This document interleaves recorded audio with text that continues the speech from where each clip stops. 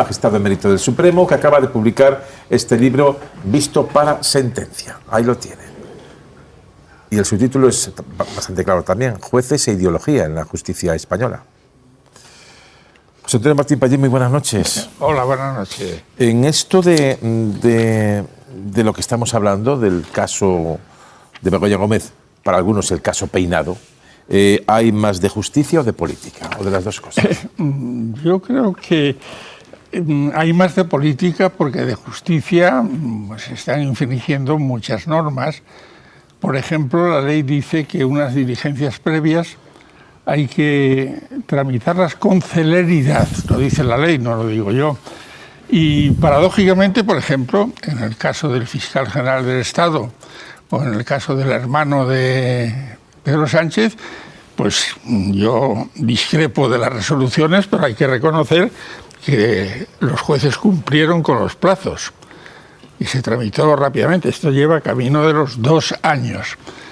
Esta resolución me parece desproporcionada, jurídicamente injustificable, porque, si yo llevara la defensa, que la esposa del presidente del gobierno de la nación se dedique, como se dedicaba, por ejemplo, Carmen Romero, que se dedicaba a la enseñanza también, curiosamente, y que tenga una actividad que utilice los elementos de apoyo que han tenido todas las esposas de los presidentes y que utilice, por ejemplo, los correos, que vaya en viajes, por supuesto, con su marido o los viajes que quiera hacer. Me parece que eso no es ninguna malversación de caudales públicos. Pero bueno, se ha empeñado y además ha dicho que si no se le dan los datos entrará otra vez. Parece que ya ha cogido afición, porque sería ya la segunda vez que entra en la presidencia del gobierno. Y esto internacionalmente causa muy mala impresión. Hay que tener en cuenta que todos los periódicos extranjeros, sobre todo la primera vez, incluso me lo dijo el embajador de España en la India, el Indian Express se hizo eco de la noticia de que había entrado un juez en el Palacio de la Presidencia del Ejecutivo de la Nación. Por tanto, hay que tener una cierta autocontención y medir las consecuencias de lo que se hace. Y además no lleva absolutamente a nada. ¿Hay proporción entre el delito supuestamente perseguido o el supuesto delito perseguido y todo lo que estamos viendo durante estos 2 años? Al juez Peinado ya le han, digamos, de alguna manera corregido, no sé si 4 o 5 veces, una instancia superior. ¿Esto es normal, que siga una instrucción a pesar de que 4 o 5 veces te han dicho que vas mal por algún camino? Hombre, no es normal, pero el juez Peinado es el juez más independiente de España, porque hace lo que le da la gana. Y nunca ha tenido ninguna investigación por parte de la Comisión Disciplinaria del Consejo. Algunas cosas, pues, por ejemplo, entrar para decirle al presidente del gobierno si es el esposo de Begoña Gómez, bueno, pues que la gente juzgue. Yo quizá a lo mejor ya tengo muy definida mi postura sobre eso, pero yo se lo planteo a la gente, y menos mal que no le pidió, como a Bolaños, el certificado de matrimonio. Oiga, ¿usted cree que para eso se puede entrar en la presidencia del gobierno? Pero entonces, ¿no actúan nunca? En teoría entendemos que sí. Las instancias superiores, ¿hay proporción entre el delito, vuelvo a insistir, perseguido y lo que se está haciendo? Ahora lo último es, de los últimos 7 años, pedirle todos los correos, todos los viajes a una serie de países. ¿Esto es normal? No es normal, y además atenta contra el principio de la intimidad. Yo le haría un escrito diciendo: mire usted, es cierto que estoy utilizando los servicios de la ayudante que tiene, pues para actividades propias de la cátedra. No se dedica a la venta de pisos sociales a fondos buitres, se dedica a la enseñanza en la universidad. Y por tanto, bueno, ahora ya no, porque lo ha dejado. Por tanto, a mí me parece absolutamente desproporcionado. Ya veremos cómo termina. El libro habla mucho de la relación justicia-poder político, o de la politización de la justicia. En los otros dos casos que afectarían al presidente del gobierno, uno directamente en el caso de su hermano David, en Badajoz, en la Diputación de Badajoz, me parece recordar, y otro, el fiscal general del Estado, que nombró el propio presidente. ¿El más grave es el del fiscal general del Estado, en su opinión? Por supuesto, además ese sí que ya está visto para sentencia. No, ya más que visto, ya quedó visto. Más que visto, ahora quedan el famoso recurso incidente de nulidad de actuaciones y el constitucional. Yo creo que hay base más que suficiente para anular la sentencia por vulneración pues del principio de presunción de inocencia, del principio acusatorio. En fin, se podrían acumular la vulneración de lo que el artículo 24 de la Constitución llamaría el derecho al debido proceso. Se produce una cosa, yo estaba en la sala 22 años. Lo normal es que nos retiremos a deliberar. La deliberación dura más o menos, hay deliberaciones muy cortas. Se hace una redacción de un borrador por parte del ponente, se pasa a la sesión, repito, algunas veces rápidamente, y cuando ya está confeccionado, se firma y se publica. Aquí se ha hecho al revés. Aquí se ha votado 5-2 y después se ha rellenado la sentencia. Y hay un dato fundamental, porque la sentencia es verdaderamente, a mí me preocupa como persona que está en la sala segunda, porque los autores de los hechos delictivos, sean los que sean, un ciudadano particular o el fiscal, tienen que ser individualizados de una manera cierta y definida.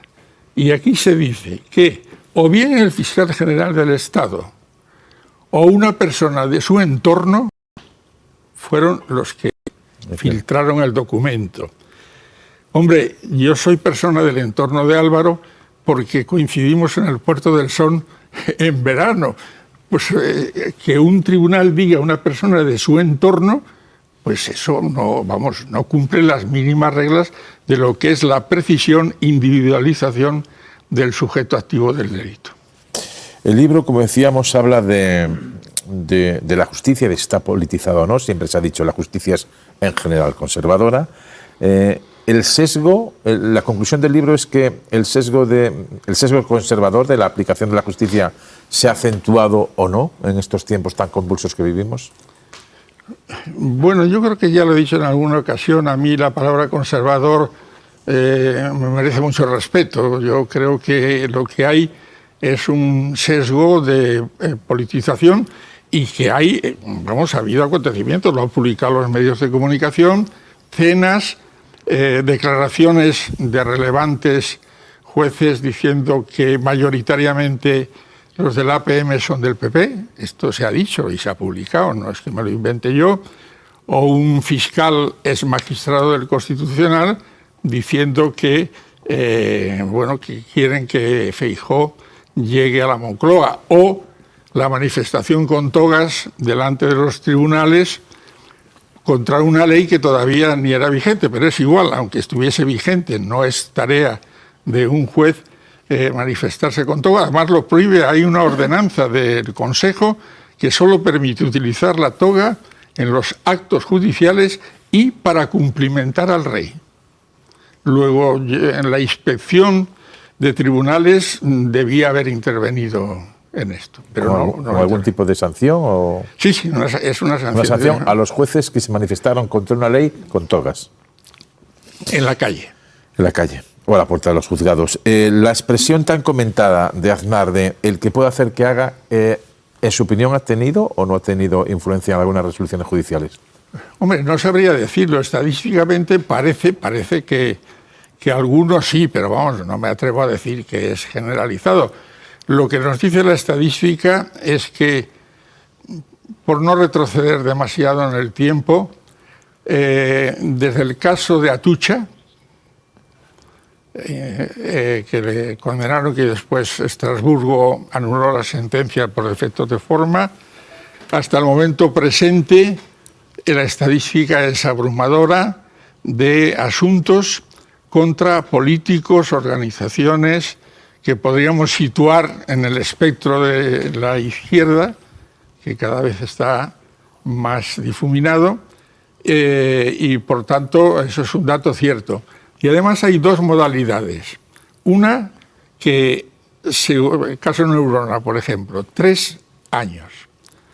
Lo que se produce es un desgaste y al final termina reconociendo el juez que no hay pruebas.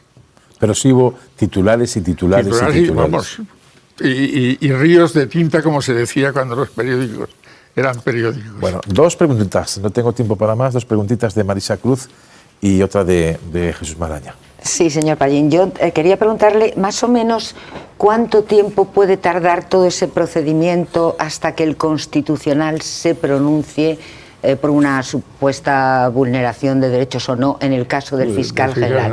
Lo digo por si es posible que un indulto llegue antes que eso. Y en el caso de que el indulto llegara antes, ¿sería necesario que el Constitucional se pronunciara o ya decaería el tema? Bueno, ahora está en trámite lo que llamamos el incidente de nulidad de actuaciones. Es una exigencia que, por cierto, el legislador dijo que era para aligerar el Tribunal Constitucional y se ha demostrado que no es así, que seguimos en las mismas. En el caso de la querella contra el rey honorífico, tardaron 3 meses, casi 4, en contestar al incidente de nulidad de actuaciones. No hay plazo. Y a partir de hay ahí... un plazo para interponerlo, pero no para resolverlo. Entonces, veremos ahora qué administración de los tiempos hace la sala. Puede ser 3 meses, 4 meses, no lo sabemos. Inmediatamente pasa al Constitucional y en el supuesto del indulto, en el Constitucional lo que va a abordar no es el indulto, porque el indulto no borra los antecedentes penales, sino simplemente si ha habido o no la vulneración de derechos fundamentales, y puede tomar, bueno, ya no tiene sentido medidas cautelares porque él ya ha dimitido de esto, pero no me atrevo además, dentro de poco está la Semana Santa y ya no tenemos tiempo para más. Jesús. Sí, en este libro, en Visto para Sentencia y en artículos suyos, y aquí acaba de explicar algunos ejemplos de decisiones judiciales que a su juicio merecerían la intervención o la actuación de la Comisión Disciplinaria del Consejo del Poder Judicial o de, no sé si hay otro tipo de instancias que intervengan cuando parece que se toman decisiones ajenas a lo que es en puridad el derecho que hay que aplicar. Y entonces estamos ante el reto de quién vigila al vigilante, ¿no? Es decir, ¿qué más se puede hacer, si es que se puede hacer algo, cuando no actúa una comisión disciplinaria ante sucesos de este tipo? El propio Consejo del Poder Judicial está siendo, digamos, inactivo ante lo que está ocurriendo en algunos procesos judiciales, como 2 o 3 que usted mismo ha citado, el caso del proceso del juez Peinado o la sentencia sobre el fiscal general y algunos otros.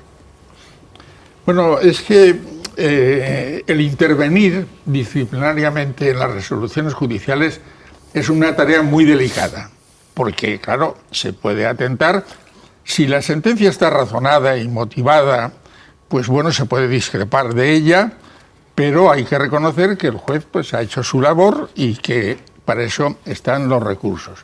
Pero hay otras actuaciones en las que se ve que expresamente no se está haciendo otra cosa que dilatar el proceso de una manera deliberada y que esto causa, además está en la Constitución, porque la gente dice los jueces son independientes, inamovibles, y se olvidan de lo siguiente: irresponsables. Y además tienen la obligación de motivar. Esto lo dice la Constitución. Por tanto, donde hay que poner el baremo de medición de la ideología es si está suficientemente motivada y razonablemente motivada una sentencia. Bueno, Lourdes, te dejé sin preguntar. Si es de medio minuto la pregunta y la respuesta. Yo tenía una curiosidad, pero era al hilo del discurso de Isabel Perello, la presidenta del CGPJ y del Supremo, en la última entrega de despachos a las nuevas promociones de jueces. Ella se quejó, creo que con amargura, de que hay un plan para dotar a la carrera con 500 nuevos jueces, pero que eso, creo que no la traduzco más, se la traduzco, era un parche. A mí no me parece que estuviera muy acertada. El sistema de oposición es único en el mundo. No existe precedente en ningún país, ni de la Unión Europea, ni del mundo cercano culturalmente. Se ha equivocado, lo pongo aquí en el libro, en la nueva ley se dice que hay un primer ejercicio escrito, práctico, para valorar la capacidad de raciocinio, de cultura, de concordancia, incluso gramatical, porque Alex Guillermos ha escrito una cosa sobre la gramática y, asombrosamente, las asociaciones situadas, digamos, a la derecha, a la profesional, se han ido por Europa en una comisión diciendo que eso es un ataque a la independencia. Señoría, no se lo preguntaba por la oposición, que tiene debate, sino por el número de plazas. Si realmente el problema de la ausencia de jueces suficientes en España es un problema endémico. La pregunta iba más por ahí. La carencia, que serían necesarios, quizá son 5.000 y pico ahora, unos 7.000 de momento, para que pueda funcionar normalmente el servicio público de la justicia, que siempre se olvida. Que hay muchos ciudadanos que no tienen nada que ver con todo lo que estamos hablando, que tienen un divorcio, una deuda, un desahucio, una separación, y eso hay que darle respuesta, y no tenemos infraestructura ni hay presupuesto. Bueno, José Antonio Martín Pallín, emérito del Supremo, visto para sentencia. Nos quedamos con el libro y con las razones en las que ha resumido. Y al final dice el presidente: despejen la sala. Despejen la sala, ¿no? O sea, visto para sentencia al principio, despejen la sala. Pues vamos a despejar la sala contigo, el resto continuamos.